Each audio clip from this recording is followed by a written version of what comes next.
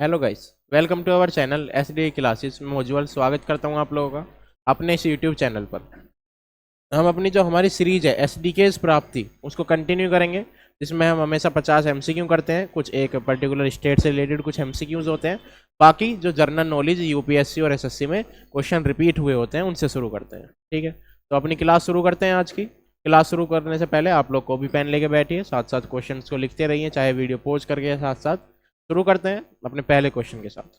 तो आज की क्लास का जो हमारा पहला क्वेश्चन है वो है, which article of Indian Constitution deals with the prohibition of discriminations on grounds of the religion, race, caste, sex, place of the birth। ठीक है, अगर डिस्क्रिमिनेशन होता है, भेदभाव होता है किसी के रिलीजन को लेके, किसी की कास्ट को लेके, किसी के सेक्स को लेके, तो कौन सा आर्टिकल उससे डील करता है? तो कौन सा आर्टिकल? आर्टिकल 15, जिसे अनुच्छेद 15 बोलेंगे। ठीक है, हिंदी में आर्टिकल 15 डील करता है किस में? अगर कोई सिटीजन फेस करता है प्रॉब्लम्स को, किससे रिलेटेड? अपने रिलीजन से रिलेटेड, रेस से, कास्ट से, सेक्स से, प्लेस ऑफ बर्थ से रिलेटेड, अगर उसे कोई कुछ बोलता है तब उस समय पे। चलते हैं अपने सेकंड क्वेश्चन की तरफ। What was the main objective of the वेनिनसुनल प्रेस एक्ट 1878? 1878 में जो वर्नाकुलर प्रेस एक्ट हुआ था, एक्ट था, उसका मुख्य उद्देश्य क्या था? तो क्या था? Suppress criticism of British policies, जो ब्रिटिश ने पॉलिसीज बनाई हैं अपनी, ठीक है, जो उसको दबाना, या जो ब्रिटिश ने पॉलिसीज दबाई हैं जो उसके खिलाफ क्रिटिसिज्म हो रहा था, उसको दबाना। To curb the freedom of the Indian press, Indian press की फ्रीडम तो खत्म कर देना, और suppress anti any criticism of British administration, अगर ब्रिटिश के खिलाफ कोई भी इंडियन क्रिटिसाइज करते थे कुछ, तो उस समय पे उन्हें क्या कर देना? पूरी तरीके से दबा देना। यही था किसमें? वर्नाकुलर प्रेस एक्ट के अंदर। अगला question, which act introduce the principle of dyarchy in the provenance of British India? ठीक है, किसने डायरेची का ब्रिटिश इंडिया में किसने इंट्रोड्यूस किया था ये वाला एक्ट? तो किसने किया था? The government of India act 1999। कौन सा? 1919, 1919। The government of India act 1919 introduce dyarchy in the provenance dividing subject into reserved and transferred categories. इन्होंने क्या किया था? रिजर्व और ट्रांसफर कैटेगरीज में चीजों को बांटा था। ठीक है, next question, what is the primary objective of the WTO? World trade organisation का प्राइमरी ऑब्जेक्टिव क्या है, या फिर क्या था? या ठीक है, तो क्या है? Promote free trade. क्या करना? फ्री ट्रेड को प्रमोट करना देश विदेश में। ये प्राइमरी ऑब्जेक्टिव था किसका? WTO। Smooth and free trade between Nations, दो देशों के बीच में स्मूथ हो और फ्री ट्रेड हो सके, यही मेन एम था WTO का। Resolving dispute and creating rules and lower trade barriers, कम से कम बैरियर्स के साथ लोग क्या कर सकें, नेशंस क्या कर सकें, आपस में ट्रेड कर सकें, यही काम था किसका? WTO का।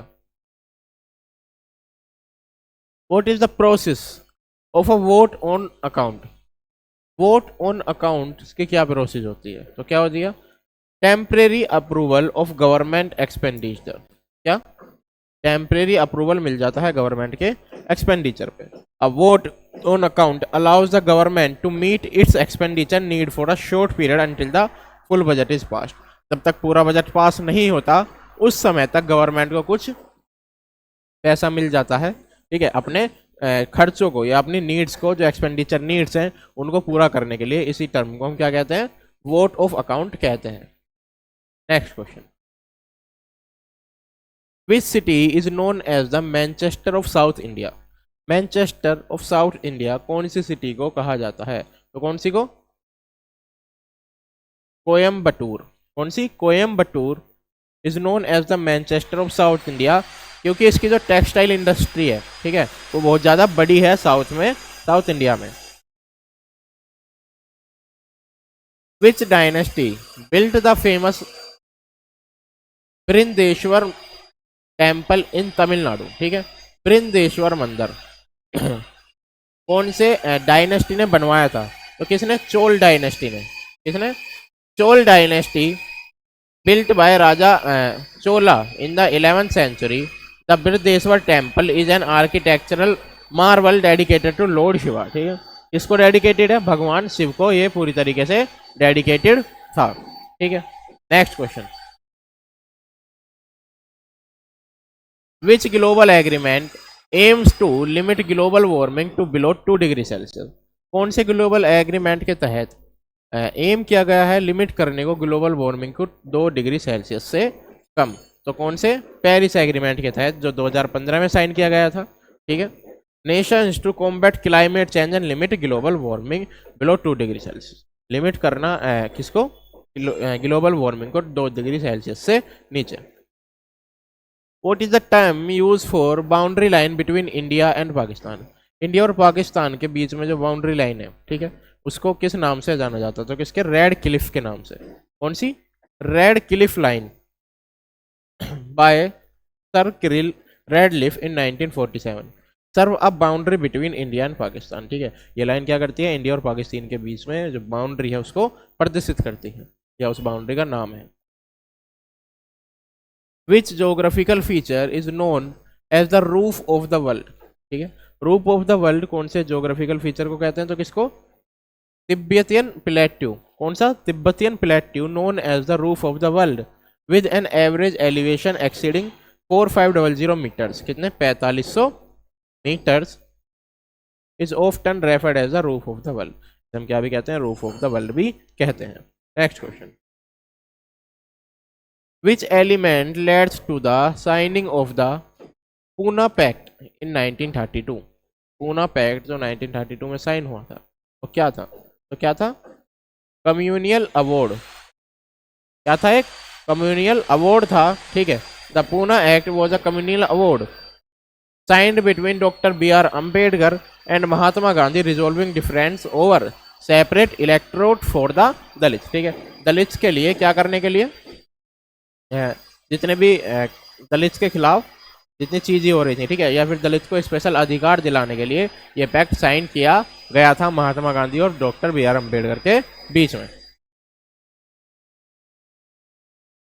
विच ancient Indian text is known for the earliest mention of the concept of the state? कौन से इंडियन टेक्स्ट में पहले ही लिखा जा चुका है कॉन्सेप्ट ऑफ स्टेट्स के बारे में? ठीक है, तो किसमें लिखा था? ऋग्वेद के बारे में लिखा था। किसमें? Rigveda compressed around 1500 BCE contain reference of kings and the concept of governments. वहां पे क्या था? कॉन्सेप्ट ऑफ गवर्नमेंट्स भी दिखाया गया था। What does the term Rohingya refers to? तो रोहिंग्या किससे रिलेटेड है? An ethnic group of Myanmar. ठीक है, म्यांमार का एक group, stateless Muslim minority group from Myanmar. ठीक है, एक ऐसा मुस्लिम ग्रुप म्यांमार का जो क्या नहीं है? स्टेटलेस है। क्या है? जो एक स्टेटलेस ग्रुप है। What is the primary purpose of the United Nation development programme UNDP? United Nation development programme जो UNDP है उसका प्राइमरी पर्पस क्या है? क्या है? Eradicate poverty and promote sustainable development. गरीबी को कम से कम करना और सस्टेनेबल डेवलपमेंट को बढ़ाना। ठीक है, यही काम है UNDP का। What was the primary purpose of Simon Commission? जो साइमन कमीशन था उसका प्राइमरी पर्पस क्या था? तो क्या था? To assess the working of the government on Indian act 1919। जो इंडियन एक्ट 1919 आया था, ठीक है, उस पर क्या करना? कार्यपल करानी या फिर एसेस करना, उसको उस पर नज़र रखना, उस पर ध्यान रखना। Which Indian state was the last to be recognize on a distinguished basis? भाषा के आधार पर बनने वाला लास्ट स्टेट कौन सा था भारत में? गुजरात। ठीक है, and Maharashtra were created in 1960। 1960 में बने थे। After the bifurcation of Bombay state in distinguished line. जब बॉम्बे क्या हो गया था? अपनी लैंग्वेज की वजह से अलग हो रहा था, उस समय पे गुजरात बना था 1916 में। 1960। Which civilization is credited with developing the first known system of writing. ठीक है, तो कौन सी सिविलाइजेशन थी? Mesopotamian civilization. कौन सी? Mesopotamia civilization developed writing around 3100 BC। ठीक है, making the beginning of the recording history. ठीक है, इन्होंने स्टार्ट किया था कि हिस्ट्री को रिटर्न में लिखना। ठीक, विच is the longest resigning monarchy in the world. ठीक है, सबसे बड़ा लंबा शासन करने वाले सम्राट कौन थे? ठीक है, मतलब जो सबसे लंबे समय तक राजा थे जिन्होंने राज किया था, तो क्या नाम था? Louis 16, Louis 14। कौन थे? Louis 14, the king Louis 14 of France. 72 years तक, फ्रॉम 1643 टू 1715 तक इन्होंने क्या किया था? राज किया था। कहाँ पे? फ्रांस के अंदर। लुइस 14, ठीक है, 72 ईयर्स तक इन्होंने राज किया था, 1643 से 1715 के बीच तक। Who was the first man to fly in the air. ठीक है, पहले आदमी जो किसमें? हवाई जहाज में या फिर हवा में उड़े थे, तो क्या नाम था? Wright brothers. क्या नाम? Wright brothers. Orville and the Wilbur Wright were first to fly a powered aircraft on December 17, 1903। 1903 में पहली बार उड़े थे।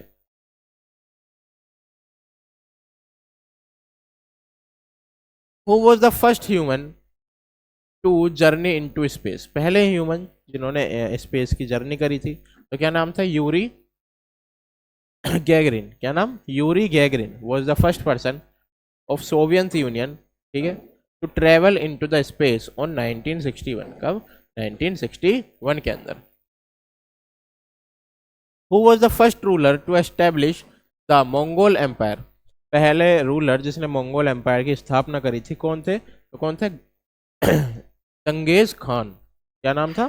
Genghis Khan, founder of the first great khan of the Mongol empire which became the largest empire in the history. ठीक है, ये सबसे बड़ा empire बना हिस्ट्री के अंदर। तो किसने स्थापना करी थी? चंगेज खान ने। Who was the first ruler of the Ottoman empire. Ottoman empire के पहले रूलर कौन थे? कौन थे? Osman first. क्या नाम था? Osman first was the founder of Ottoman empire and the empire was named after him. और इनके नाम पे ही इस एम्पायर का नाम रखा गया है। ठीक है, तो क्या नाम है? उस्मान नाम था। Who was the first prime minister of United kingdom. United kingdom के पहले प्राइम मिनिस्टर कौन थे? तो क्या नाम था? Robert Walpole. क्या नाम था? Robert Walpole. ठीक है, is regarded as the first prime minister of United Kingdom through the title wasn't officially used at the time. ठीक है, उस समय पे इस टाइटल को यूज नहीं किया जाता था, लेकिन क्या इनका जो नाम था, कौन थे पहले? Robert Walpole. Who was the first to discover the America. ठीक है, अमेरिका को डिस्कवर करने वाले पहले कौन थे? तो कौन थे? Leif Erikson. क्या नाम था? Leif Erikson was the first who discover America. ये एक नॉर्थ एक्सप्लोरर थे, believe to be the first European to reach North America. पहले एज ए यूरोपियन जो नॉर्थ अमेरिका पहुंचे अराउंड 1000 AD बिफोर कोलंबस। ठीक है, कोलंबस से भी 1000 साल पहले। Who was the first emperor of Japan. Japan के पहले एम्परर कौन थे? तो एम्परर जिम्मू। क्या नाम था? Emperor Jimmu was the first emperor of Japan, regarded as the first emperor, believe to have ascended the throne in 660 BC। अब 660 BC में। Who discovered the circulation of blood in human body. ठीक है, कि human body में रक्त का circulation होता है, डिस्कवर करने वाले कौन थे? तो कौन थे? William Harvey. क्या नाम था? William Harvey discovered the circulation of blood in human body in 17th century. 17th century में इन्होंने इस बात का पता लगाया था। Who was the first to develop the periodic table. Periodic table बनाने वाले पहले कौन थे? तो क्या नाम था? Dmitri Mendeleev. क्या नाम था? Dmitri Mendeleev. The periodic table in 1869, कब बनाई थी? 1869 में बनाई थी। Arranging element by their atomic number and properties, जो एलिमेंट्स हैं उनके एटॉमिक नंबर के हिसाब से और उनकी प्रॉपर्टीज के हिसाब से इन्होंने टेबल के अंदर लगाए थे। Who is known as the father of modern medicine, modern medicine के फादर किसे जाना जाता है? तो क्या नाम है? हिप्पोक्रेट्स। क्या? Hippocrates is known as the father of modern medicine for his contribution to medical ethics and clinical practice. ठीक है, जो उन्होंने कंट्रीब्यूशन किया है अपना किसमें? मेडिकल के दुनिया में, इसलिए इन्हें फादर ऑफ मेडिसिन भी कहा जाता है। वो was the first chief minister of Madhya Pradesh. ठीक है, तो आज का जो हमारा स्पेशल स्टेट है वो मध्य प्रदेश है। तो क्वेश्चन शुरू हो गए हैं मध्य प्रदेश से रिलेटेड। ठीक है, तो ध्यान दें। पहले मध्य प्रदेश के चीफ मिनिस्टर कौन थे? तो कौन थे? रविशंकर शुक्ला। क्या नाम था? Ravishankar Shukla was the first chief minister of Madhya Pradesh जब वो बना था 1956 में। मध्य प्रदेश कब स्थापित हुआ था या कब बना था? 1956 में। और उस समय पहले सीएम कौन बने थे? Ravishankar Shukla. What is the capital of Madhya Pradesh? ठीक है, मध्य प्रदेश की कैपिटल क्या है? तो भोपाल। क्या है? Bhopal is the capital of Madhya Pradesh, known for its lakes and the historical significance. अपने लेक्स के लिए जानी जाती है और हिस्टोरिकल सिग्निफिकेंस के लिए जानी जाती है। Madhya Pradesh was formed in which year, कौन सी ईयर में मध्य प्रदेश बना था? अभी हमने पढ़ा था 1956 में। कब? 1956 में मध्य प्रदेश बना था। Was formed on November 1, 1956 after the reorganization of state based on the लिस्टिंगिस लाइन। ठीक है, कब? जब देश बढ़ रहे थे अपने भाषा आधार पे, उस समय पे ये नवंबर 1, 1956 में बना था। Which river is the life line of Madhya Pradesh, Madhya Pradesh की लाइफ लाइन कौन सी रिवर को कहा जाता है? तो कौन सी रिवर को कहते हैं? नर्मदा। कौन सी?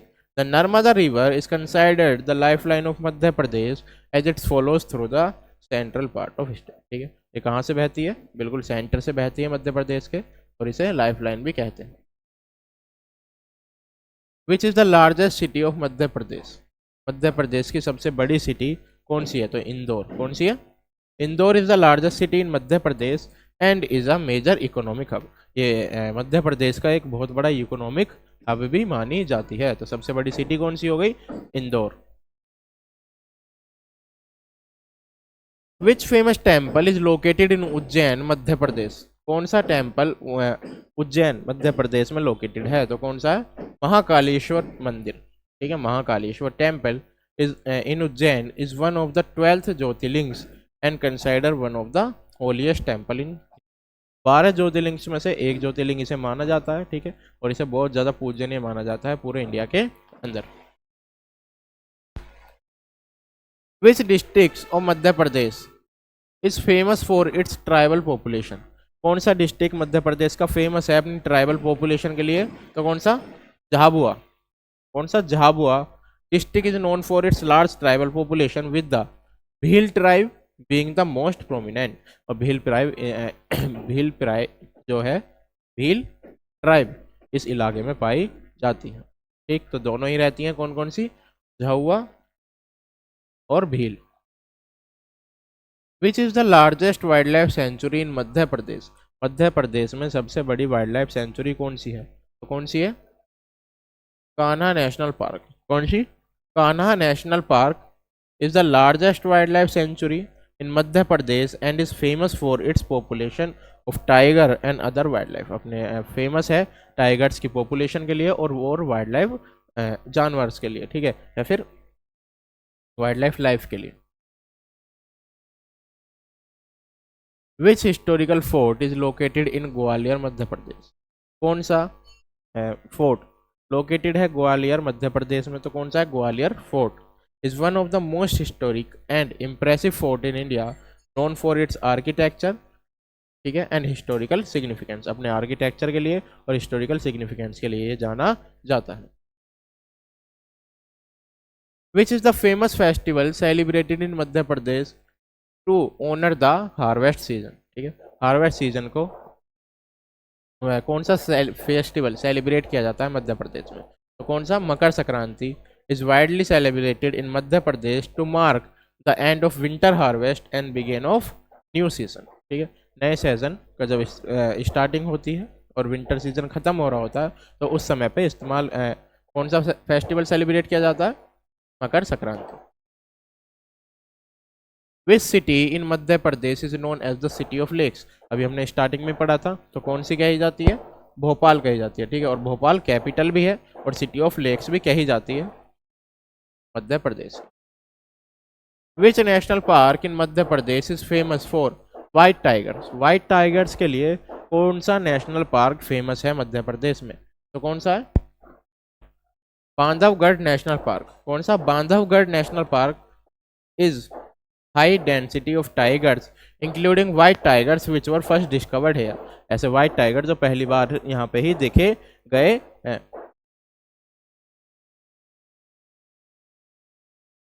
विच Madhya Pradesh district is known for diamond mines, diamond की माइंस के लिए कौन सा डिस्ट्रिक्ट जाना जाता है मध्य प्रदेश के अंदर, तो कौन सा डिस्ट्रिक्ट है, Panna is famous for its diamond mines and is the only diamond producing region in India, ठीक है, पहला ऐसा डायमंड प्रोड्यूसिंग रीजन है इंडिया के अंदर।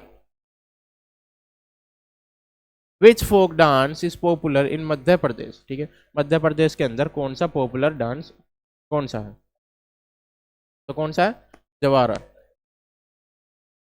कौन सा, Jawara is the popular folk dance performed in Bundelkhand and Malwa region and Madhya Pradesh during the harvest festival, ठीक है, कौन सा, Jawara. Next, which city in Madhya Pradesh is famous for its Jain temple, कौन सी सिटी मध्य प्रदेश में फेमस है अपने जैन टेम्पल के लिए, तो कौन सी, कुंडलपुर, कौन सी, Kundalpur is famous for its Jain temple pilgrimage site of Jains known for its ancient temple and sculpture, अपने टेम्पल और स्कल्पचर्स के लिए फेमस सिटी है। Next, which city is called the industrial hub of Madhya Pradesh, कौन सी सिटी को industrial hub of Madhya Pradesh भी कहा जाता है, तो कौन सी, इंदौर को, किसको, Indore is known as the industrial hub of Madhya Pradesh due to its economic and industrial activities, अपनी इकोनॉमिक और इंडस्ट्रियल एक्टिविटीज की वजह से इसे क्या कहा जाता है, इकोनॉमिकल या फिर इंडस्ट्रियल हब कहा जाता है इंदौर की। What which is the largest dam in Madhya Pradesh, Madhya Pradesh में सबसे बड़ा डैम कौन सा है, तो कौन सा है, Indira Sagar dam located on the Narmada river, अभी हमने पढ़ा था कि नर्मदा रिवर मध्य प्रदेश की सबसे बड़ी रिवर है, ठीक है, और मिडल ऑफ मध्य प्रदेश से होके जाती है, और मध्य प्रदेश का क्या है, इंदिरा सागर डैम मध्य प्रदेश पर नर्मदा रिवर पे ही लोकेटेड है, is the largest dam in Madhya Pradesh and use for hydro electric power generated, और बिजली बनाने के लिए भी इस डैम का इस्तेमाल किया जाता है। Next question, which festival is uniquely celebrated in Madhya Pradesh, कौन सा फेस्टिवल बनाया जाता है मध्य प्रदेश में, तो कौन सा है, भगोरिया फेस्टिवल, कौन सा, भगोरिया फेस्टिवल बनाया जाता है, और कब, by the Bhil and the Bhilala tribe of Madhya Pradesh marking the harvest season and traditional match making, ठीक है, ट्रेडिशनल कपड़े पहनते हैं, ठीक है, और कौन सी ट्राइब्स के द्वारा बनाया जाता है, भील ट्राइब के द्वारा ये फेस्टिवल बनाया जाता है मध्य प्रदेश के अंदर।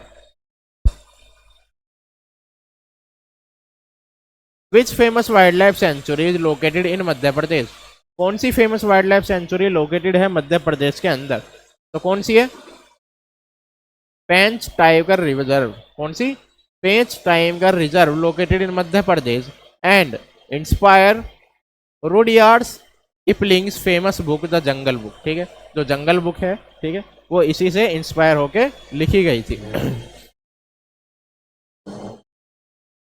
विच dynasty ruled Gwalior before it became the part of Madhya Pradesh, कौन सी डायनेस्टी ग्वालियर पर रूल करती थी उस मध्य प्रदेश का पार्ट बनने से पहले, तो कौन सी, सिंधिया डायनेस्टी, कौन सी, सिंधिया डायनेस्टी रूल करती थी ग्वालियर पे, कब, मध्य प्रदेश का पार्ट बनने से पहले, before it merge with Indian union and later become the part of Madhya Pradesh. Which is the only hill station in Madhya Pradesh, कौन सा एकमात्र हिल स्टेशन है मध्य प्रदेश के अंदर, तो कौन सा है, पंचमढ़ी। कौन सा, पंचमढ़ी, ठीक है, पचमढ़ी बोल दो या पंचमढ़ी बोल दो। Is also known as the queen of the Satpura, is the only hill station in Madhya Pradesh, queen of Satpura भी कहते हैं, और ये एकमात्र हिल स्टेशन है मध्य प्रदेश के अंदर। What is the official language of Madhya Pradesh, तो मध्य प्रदेश की ऑफिशियल लैंग्वेज हिंदी ही है। क्या है, हिंदी, और ये वाइडली स्पोकन है पूरे मध्य प्रदेश के अंदर, ठीक है। तो कौन सी हो गई, Hindi is the official language of Madhya Pradesh.